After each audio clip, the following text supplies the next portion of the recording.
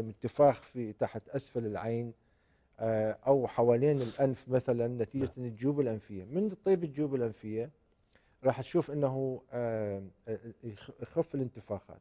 وفي مسألة مهمة في أيضا بالبحوث الطبية أنه وجود الجيوب الأنفية أو حساسية الأنف المتكررة تؤدي إلى زيادة نسبة نوبات الربو.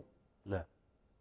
بالعلاجات اللي عملتها أنا أعمل علاجات مطورة نواظير الأنف والجيوب الأنفية، اللي لاحظت أنه في قسم كبير من المرضى لما نعمل نواظير الأنف والجيوب الأنفية راح تشوف أنه نوبات الربو تقل عندهم.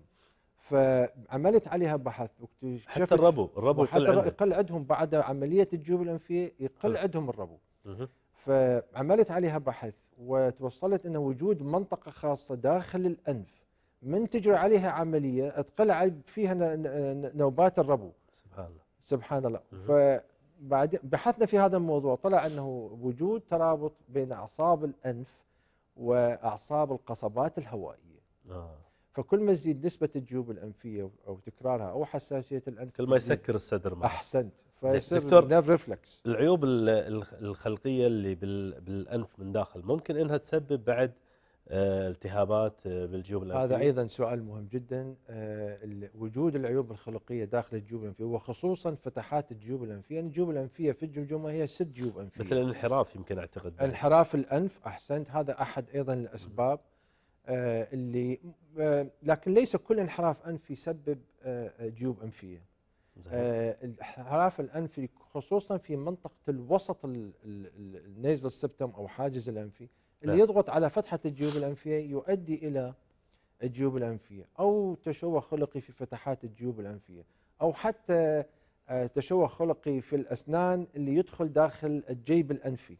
الأسنان. السن طبعا. شلون السن الجيب يخش داخل الجيوب؟ الأنفي طبعا الأسنان تحت الجيوب الأنفية اللي في زين. الوجه. فالسن في الفك الأعلى اللي هي الجيوب الأنفية الفك الأعلى. فمن يدخل السن بالجيب الأنفي تكون قشرة العظم المغطاة له أي التهاب تتآكل هاي قشرة العظم المغطية للسن مه. ويؤدي إلى التهابات متكررة بالجيوب الأنفية.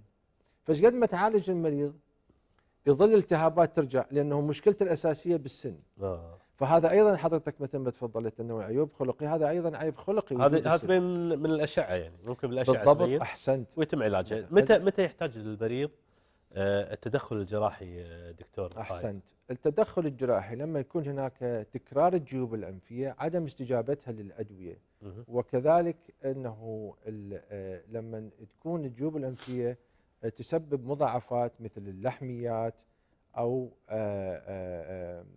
تسبب انسدادات داخل الأنف، أضرار في حاسة الشم نعم. اللي وصلت بعدين إذا ما تعالجها حاسة الشم أيضا تضمحل أو في بعض المرضى تختفي تماما. مه. فوجود الصديد من الأنف والجيوب الأنفية المتكرر فما تصير مزمنة مزمنة لما تكون أكثر من 3 أشهر، متكررة لما تكون أكثر من مثلا 5 حالات في السنة، وتكون أيضا أنا أعرف واحد 5 حالات بالشهر تي. 5 حالات بالشهر. أو بالأسبوع يمكن. هذا يعني أكثر من المزمنة بأشواط كبيرة. فطبعا مثل السؤال المهم أن حضرتك من نعالجها أولا التشخيص المبكر حتى نتفادى بها مضاعفات الجيوب الأنفية، وثانيا أنه يجب أن تشخص تشخيص جيد. الأشعة المقطعية لاحظنا أنه مهمة جدا في تشخيص الجيوب الأنفية. أعتقد عندنا صور بعد أو دكتور، عشان يا ريت ما يروح علينا الوقت بعد، يا ريت الأخ نستفيد منها المخرج لو مخرجنا نشوف هاي نزلها الصور معنا على أحد صور الشاشة. الجيوب الأنفية. نعم.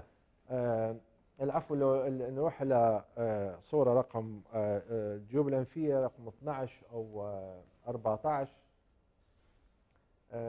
بالنسبة للجيوب الأنفية هذا الصورة للشخير هذه لو الصورة حق ننتقل. شنو اللي تو حق هذه الشخير بعد؟ الشخير كانت فأعتقد صورة 14 من 12 أو نعم. 14. نعم. ف ف إذا تمت عملية جراحية، بس على ما تجي الصورة دكتور، نعم. إذا تمت عملية جراحية شنو نسبة الشفاء؟ وهل من الممكن دكتور أن ترجع مرة ثانية للالتهابات والأذية الحساسية أو أذية الجيوب الأنفية مرة ثانية؟ الجيوب الأنفية من النوع المزمنة نعم. والغير والتي لم يتم علاجها بشكل صحيح أو تشخيصها بشكل صحيح، أو الجيوب الأنفية الناتجة عن استعمال الغير صحيح للأدوية والمزمنة. في ناس يستعملون أتروفين، مشهور الأتروفين نعم. بشكل كبير جدا بحيث الأنف يقوم ما يستجيب له، ويسبب بالعكس يقوم يسبب انسداد أكثر ما يفتح الأنف.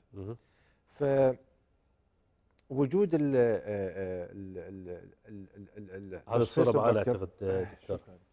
هاي أحد الصور التهاب الجيوب الأنفية، صورة داخل الأنف عن طريق المنظار، وراح تلاحظ هذا الأبيض اللي هو الصديد من منطقة الوسطى للجيوب الأنفية، فشوف تماما مغلقة. هذا الصديد دكتور؟ بالضبط، هذا صديد ينزل من فتحة الجيوب الأنفية اللي هي مغلقة أيضا بلحمية صغيرة. نعم. وهاي اللحمية الكبيرة أو القرنية الكبيرة هاي هي أصلا موجودة هي بالجسم بالأنف، ولكن تشوفها ملتهبة وحمراء والى آخره.